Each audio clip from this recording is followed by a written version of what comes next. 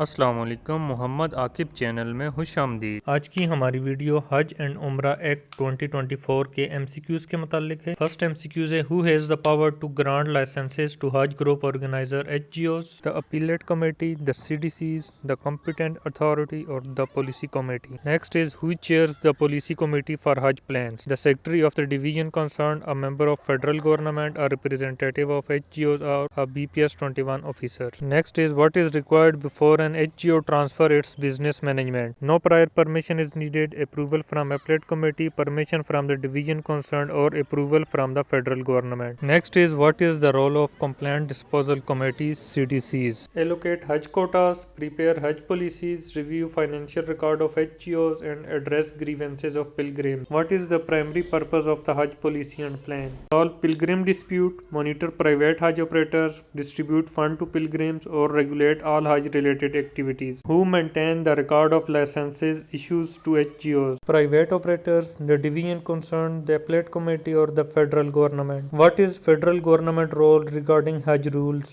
Notification of rule in official gazette, oversight of pilgrim complaint, supervision of HGO business activities or allocation of quotas for private operators. How are funds under this act invested? In government bonds, in local banks only, in private equities or in Sharia compliant modes.